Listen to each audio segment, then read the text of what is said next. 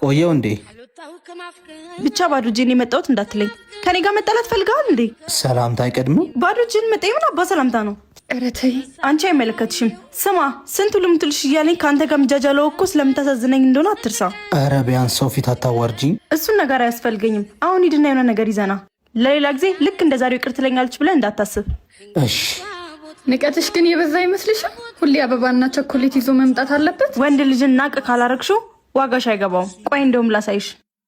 ስማ ኢዛና፣ ስማ እኔም ጓደኛዬም ስለራበን የሚበላ ነገር ይዘህልና እንዳትቆይ፣ ደግሞ ደቂቃ ይዝልሃለሁ።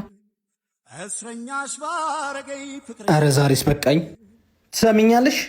አንቺ ሳትሆኚ ፍቅር ነበር እንደዚህ አንበረከከኝ። ከዛሬ ነገ ትለወጫለሽ፣ መውደዴ ይገባሻል ብዬ ነበር የታገዝኩሽ። ፍቅር እንጂ እንደምታስቢው ንቀትሽ አይደለም እንደዚህ እንደሆን የሚያደርገኝ። ከዚህ በኋላ ግን በቃኝ። አንቺ ትወጂኛለሽ ብሎ ማሰብ ከብት በሌለበት ኩበት ለቀማ ነው የሆነብኝ። አየሽ፣ እንኳን ግፍና ንቀት ማርም ሲበዛ ይመራል። ታየው እባክሽ፣ ነገ ተመልሶ እግር እግሬ ሲል ሲርመጠመጥ ታየው የለ። በእሷ ካላስጨከንከኝማ አንተም የለህም እኔም ወንድ አይደለሁ።